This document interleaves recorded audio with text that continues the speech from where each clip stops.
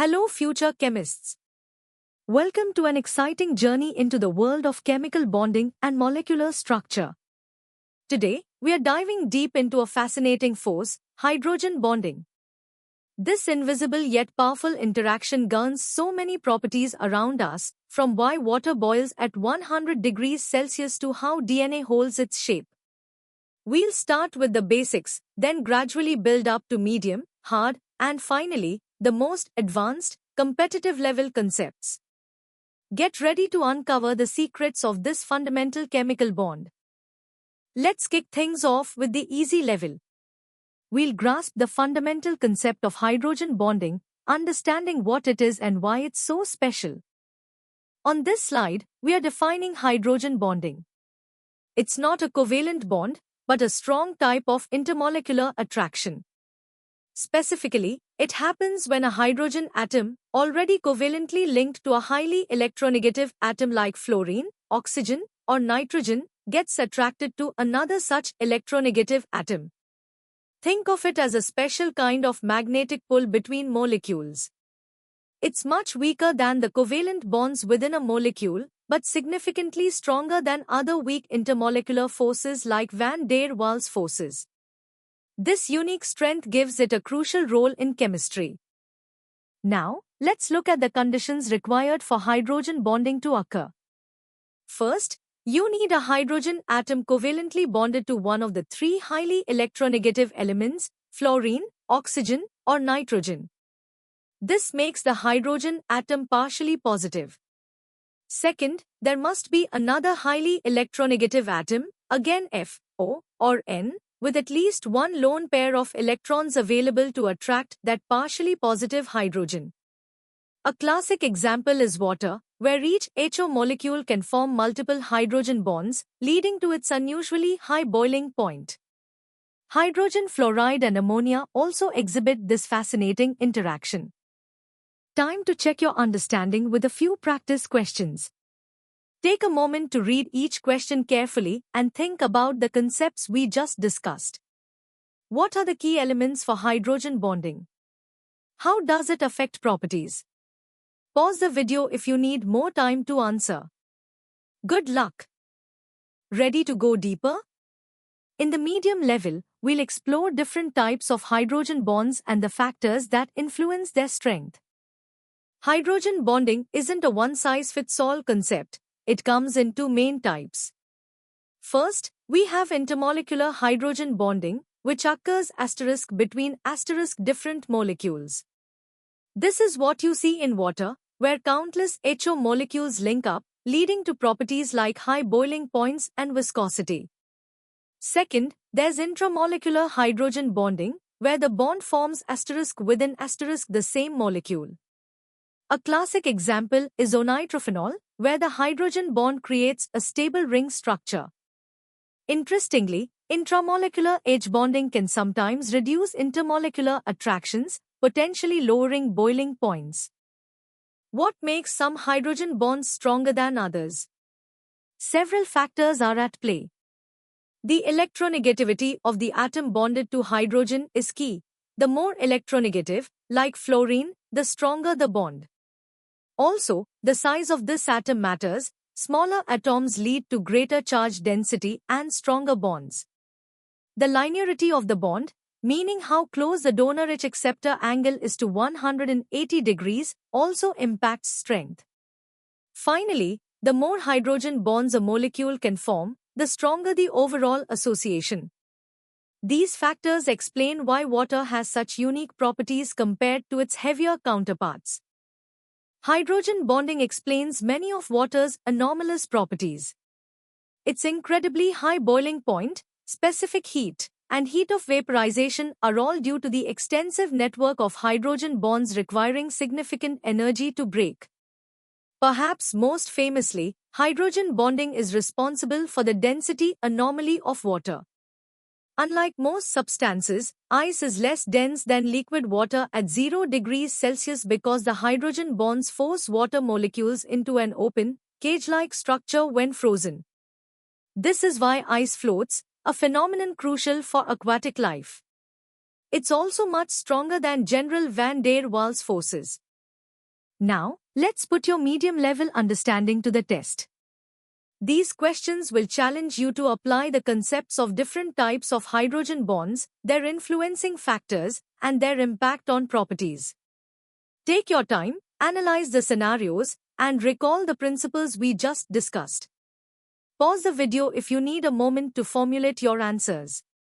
Good luck! Ready for a deeper dive? In the hard level, we'll explore the detailed mechanism, biological significance, and spectroscopic evidence of hydrogen bonding. Let's delve into the detailed mechanism and geometry of hydrogen bonding. While primarily electrostatic, involving attraction between partial charges, it also possesses a subtle covalent character due to charge transfer. This means there's a slight sharing of electrons. Hydrogen bonds are highly directional, preferring a linear arrangement, which is vital for precise molecular structures. Their bond energy, typically 10 to 40 kJ-mol, positions them as strong intermolecular forces, yet they are much weaker than true covalent bonds, allowing for dynamic interactions in systems like water and biological molecules. This balance is key. The significance of hydrogen bonding in biological systems cannot be overstated. It's the silent architect of life. In DNA, hydrogen bonds between complementary base pairs stabilize the iconic double helix, yet they're weak enough to allow the strands to separate for replication. Proteins owe their intricate 3D structures, like alpha helices and beta sheets, to intramolecular hydrogen bonds, which are essential for their function. Even enzyme-substrate binding, the very essence of biological catalysis, relies heavily on specific hydrogen bond interactions for molecular recognition. It's truly fundamental to life processes. Hydrogen bonding leaves distinct fingerprints that can be detected using spectroscopic techniques. Infrared, or IR, spectroscopy is a powerful tool. When an XH bond forms a hydrogen bond, its stretching vibration shifts to lower frequencies, becoming broader. This redshift is a clear indicator of the XH bond weakening. Similarly, nuclear magnetic resonance, or NMR, spectroscopy reveals that the proton involved in a hydrogen bond experiences deshielding, causing its signal to shift downfield. These spectroscopic changes provide direct experimental evidence, allowing chemists to confirm and study hydrogen bonding in various molecules. Now, let's challenge your analytical skills with these hard-level practice questions. You'll need to apply your understanding of hydrogen bond mechanisms, their role in biological systems, spectroscopic detection, and impact on various physical and chemical properties. Think critically, connect different concepts, and justify your answers thoroughly. Pause the video if you need more time to work through each problem. Best of luck! Welcome to the hardest level, where we tackle hydrogen bonding from a competitive, engineering, and biological perspective. Prepare for advanced concepts and deeper insights. From a quantum mechanical perspective, hydrogen bonding is a nuanced interplay of forces. It's predominantly electrostatic, attracting partial charges, but also critically involves charge transfer, where electrons are partially shared from the acceptor's lone pair to the donor's antibonding orbital. This covalent-like contribution explains the lengthening of the XH bond and the redshift observed in IR spectra. Additionally, dispersion forces contribute, though usually to a lesser extent.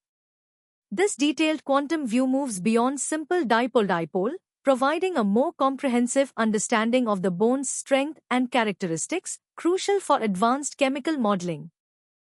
Beyond the conventional, there's a fascinating world of advanced and weak hydrogen bonds. We have CH-ONF bonds, weaker than typical H bonds but vital in organic and biological structures, especially when the carbon is electron deficient. Even subtler are CH-pi interactions, where a CH group interacts with an electron-rich aromatic ring or alkene, playing roles in crystal packing and protein ligand recognition.